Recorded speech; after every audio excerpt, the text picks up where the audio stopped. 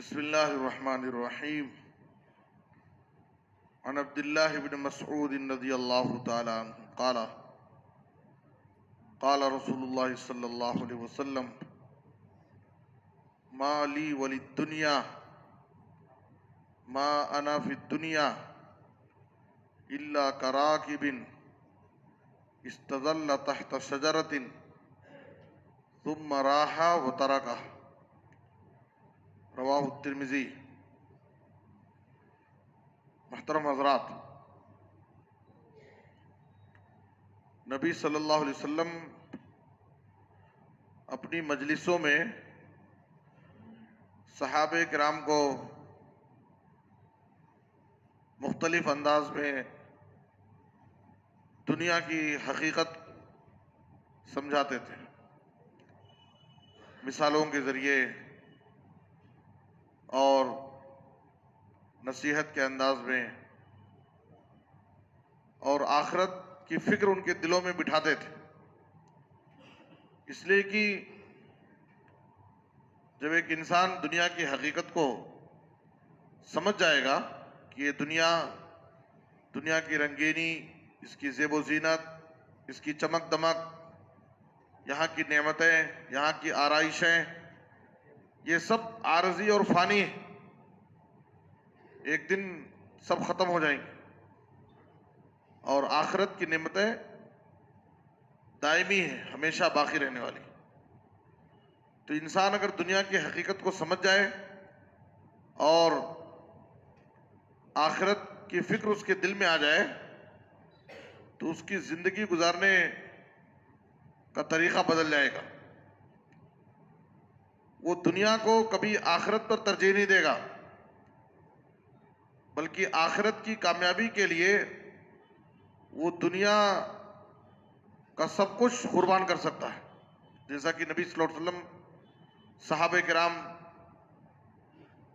آخرت کی کامیابی کے لیے انہوں نے دنیا میں اپنی جان مال سب کچھ اللہ کی راہ میں قربان کر دی۔ انہوں نے دنیا کو بہت حقیر نظروں سے دیکھا۔ آپ صلی اللہ علیہ وسلم نے ایک مرتبہ عبداللہ بن عمر رضی اللہ تعالیٰ عنہ کو ان کے کندھے کو پکڑ کر کے نصیحت کرتے ہوئے کہا،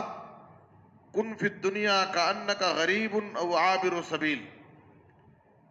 تم دنیا کی زندگی کو ایک مسافر کی طرح یا ایک اجنبی انسان کی طرح گزارو۔ ایک مسافر سفر کی حالت میں اپنے ساتھ بہت زیادہ لگیج نہیں رکھتا ہے، اگر اس کے پاس سامان کم ہو تو اس کو سفر میں بڑی آسانی ہوتی ہے اور آسانی سے اپنی منزل پر پہنچ جاتا ہے، لیکن اگر بہت زیادہ ساز و سامان ہو تو اس کو سفر میں دشواری ہوتی ہے۔ تو سفر آخرت کی کامیابی کے لیے ضروری ہے کہ ہمارے پاس نیکیوں کا توشہ زیادہ رہے۔ ایک مرتبہ آپ صلی اللہ علیہ وسلم ایک حصیر پر، ننگی حصیر پر لیٹے ہوئے تھے جس پر کوئی بستر نہیں تھا۔ جب آپ صلی اللہ علیہ وسلم اٹھے تو حصیر کے کاڑیوں کے نشان آپ کے پہلو میں نظر آ رہے تھے۔ تو عبداللہ بن مسعود رضی اللہ عنہ نے دیکھ کر کہا، اے اللہ کے رسول، اگر آپ ہمیں اجازت دیں تو ہم آپ کے لیے نرم گداز بہترین بستر کا انتظام کر دیں۔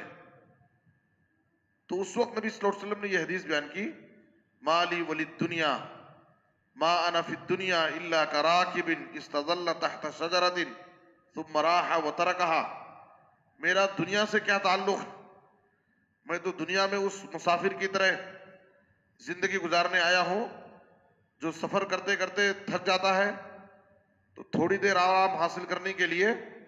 وہ کسی درخت کے نیچے جاتا ہے اور سایہ حاصل کرتا ہے، آرام کرتا ہے، پھر اپنے سفر پر رواں دواں ہو جاتا ہے۔ اگر وہ مسافر وہیں پر ٹھہر گیا اور زیادہ دیر آرام حاصل کرنے میں لگا دیا تو وہ اپنے منزل پر نہیں پہنچ پائے گا۔ تو اس دنیا میں اس مسافر کی طرح زندگی گزارنے آیا ہوں۔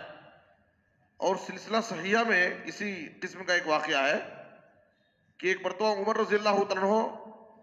نبی صلی اللہ علیہ وسلم سے ملاقات کے لیے آپ کے گھر گئے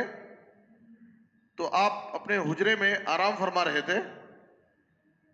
تو عمر رضی اللہ تعالیٰ عنہ نے آپ کے کمرے میں نظر دوڑائی تو دیکھا کہ کمرے کے ایک کونے ایک سا تھوڑا سا جو رکھا ہوا ہے، جو کا آٹا، اور ایک طرف بکری کا کھال رکھا ہوا تھا، چمڑا. اور نبی صلی اللہ علیہ وسلم جس حصیر پر سوئے ہوئے تھے اس کی کاڑیوں کے نشان آپ کی پشت میں نظر آ رہے تھے. تو یہ منظر دیکھ کر کے عمر بن خطاب کی آنکھوں میں آنسو آ گئے. تو نبی صلی اللہ علیہ وسلم نے کہا ما یبکیک یا ابن الخطاب، اے خطاب کے بیٹے عمر، کیا بات ہے کہ تم کیوں رو رہے ہیں، تمہاری کیا تکلیف؟ تو اس وقت عمر رضی اللہ عنہ نے کہا اللہ کے رسول، میں نے خیسر و کسریٰ کو دیکھا ہے، روم و فارس کے بادشاہوں کو دیکھا ہے، کیسی نعمتوں میں وہ زندگی گزار رہے ہیں، ان کی زندگی گزارنے کا طریقہ کیا ہے، ان کے گھر کی حالت کیا ہے، اور میں آپ کی زندگی دیکھ رہا ہوں. آپ اللہ کے ایک چہیتے پیغمبر ہیں، اور آپ کے گھر کی حالت یہ ہے کہ آپ کے کمرے میں تھوڑا سا جو کا آٹا ہے، بکری کا ایک کھال ہے، اور آپ کے لیے سونے کے لیے آرام کرنے کے لیے کوئی بہترین بستر بھی نہیں ہے. تو اس وقت نبی صلی اللہ علیہ وسلم نے عمر بن خطاب رضی اللہ عنہ کو دنیا کی حقیقت سمجھائی اور کہا اما ترضى ان تکون لنا الآخرہ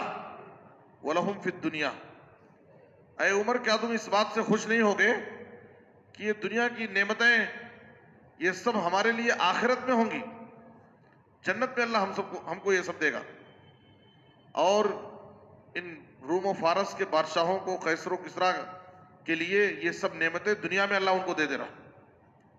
ان کافروں کے لیے یہ سب دنیا میں اللہ ان کو نواز دیا ہے، اور یہ ساری نعمتیں اللہ تعالیٰ نے ہمارے لیے آخرت میں جنت میں رکھا. تو کیا تم اس بات سے خوش نہیں ہوگے؟ اسی لیے نبی صلی اللہ علیہ وسلم فرمایا کرتے تھے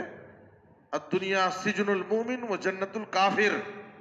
یہ دنیا مومن کے لیے قید خانہ ہے. ایک مومن اس دنیا میں اپنی مرضی کا غلام نہیں ہوتا ہے.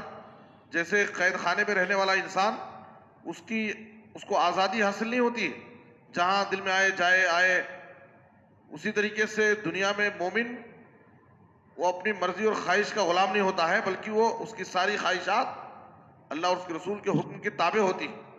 تو یہ دنیا مومن کے لیے قید خانہ ہے اور کافر کے لیے جنت. تو اس لیے ہمیں دنیا کی حقیقت کو سمجھنے کی ضرورت ہے اور اپنے دلوں میں آخرت کی فکر پیدا کرنے کی ضرورت ہے، تاکہ ہم دنیا کے فتنے کا شکار نہ ہوں اور آخرت سے غافل نہ ہوں، اور اس عارضی اور فانی دنیا کو آخرت پر ہم ترجیح نہ دیں، اس لیے کہ اصل زندگی تو آخرت کی زندگی ہے. اللہ سے دعا ہے کہ اللہ تعالیٰ ہمیں دنیا کی حقیقت کو سمجھ کر زندگی گزارنے کی توفیق عطا فرمائے، ہمارے دلوں میں آخرت کی فکر پیدا فرمائے. آمین. وصلی اللہ علی نبینا محمد و آلہ و صحبہ اجمعین.